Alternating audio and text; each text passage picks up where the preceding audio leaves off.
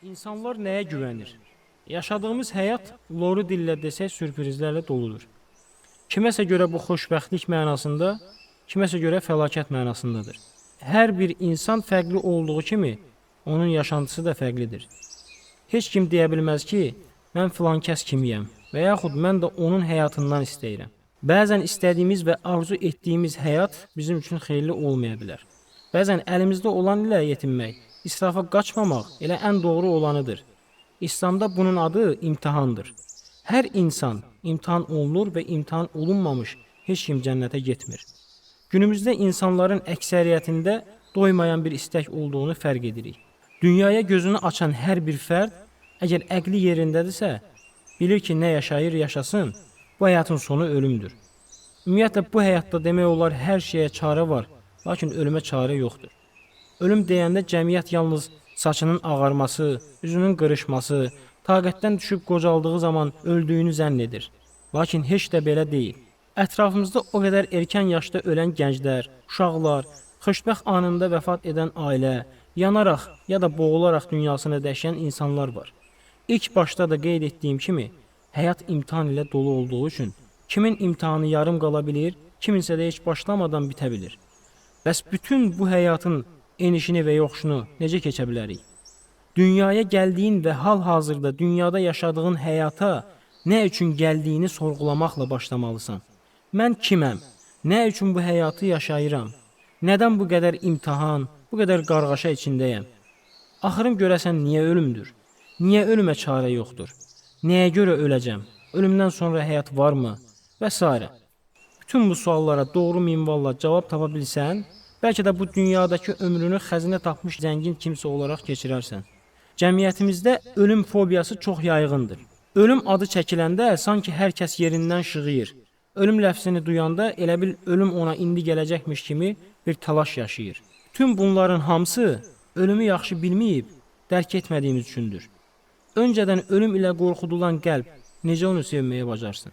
Hər bir insan ölümün əsasını bilməlidir. Ölüm sadəcə bir həyatdan digər həyata keçid üçün bir prosesdir.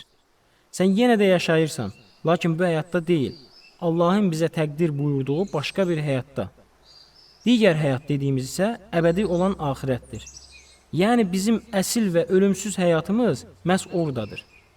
Bu həyatı müvəqqəti yaşayırıq. Heç birimiz nə zaman öləcəyimizi bilmirik.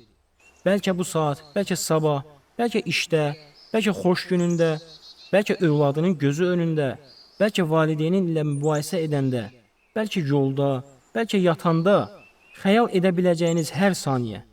Bunu biz dayandıra bilmərik, amma əlimizdən olan fürsəti doğru istifadə edə bilərik. Ölümümüzə yalnız belə hazır ola bilərik. Allahı tanıyıb ona güvənərək. İnsan ölümünün nə zaman gələcəyini bilmir, amma sabah üçün planlar qurur. Bir il sonra baş tutacaq imtihanı üçün dəridən qabıqdan çıxır. 2 ay sonra baş tutacaq xeyir iş üçün 1000 borca xərcə girir. Həmçinin nə qədər müddət idarə edəcəyi bəlli olmayan avtomobili üçün də bir o qədər dəridən qabıqdan çıxır. Bütün bu saydıqlarım bəlkə də indicə yarım və sənsiz qala bilər. Bundan dolayı ölümün üçün azuqə hazırla. Əbədi dünyamıza əliboş getsək ziyana uğrayacağıq. Ləzzətləri parça-parça edən ölümü çox-çox anın, buyurub Peyğəmbərimiz sallallahu aleyhi və səlləm. Həyatına nəzər salsan görərsən ki, bir maaş müqabilində bir ay yorulub, tükənib çalışırsan. Lakin sonunda həzz alaraq aldığın maaşın dadını çıxarırsan. Ya da gün boyu çox yorulursan, günün sonunda ləzzət ala biləcəyin yuxu yatırsan. Ya da çox acıyırsan, sonunda yenə həzz alacağın ləzzət ilə yeyə biləcəyin bir yemək yeyirsən.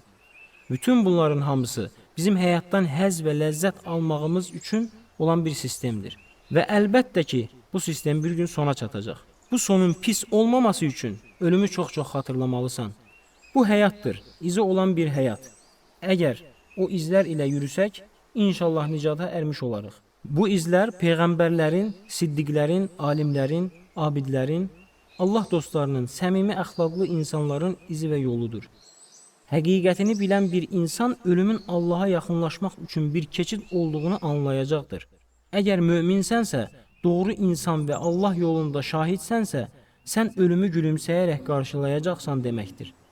Həyatını heç ölməyəcəkmiş kimi yaşama. Çünki həyat insan övladı üçün zamanla sıxıcılaşmağa başlayan məkandır.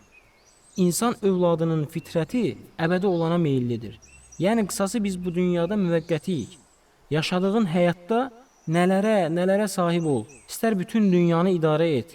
Amma qəlbin və ruhun hər zaman sıxılmağa başlayacaq. Bu həyatı axirət həyatı üçün bir fürsət yeri kimi dəyərləndirərək yaşa. Bu həyatda heç nə bizim deyildir. Biz sadəcə qonaq və quluq. Nə qədər qitələr, ölkələr, sərvətlər əlində olan insanlar gördük, amma heç biri tam anlamıyla özünə gələn ölümü dayandıra bilmədən, əlində olanları elə dünyada qoyaraq əliboş ölümə getdi.